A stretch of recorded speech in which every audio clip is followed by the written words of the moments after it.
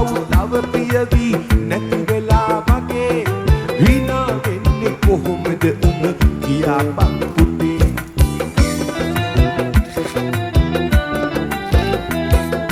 හිරු දෙවියෝ තරහ වෙලා තාම ආවේ නෑ කුලී වැඩක් කරන අපිට වැඩට යන්න බෑ මන්දිරවල වරුසාවට බිම දෙමින් නෑ මගේ පුතා බඩගිනි දැනු නට අඬන්නේ නෑ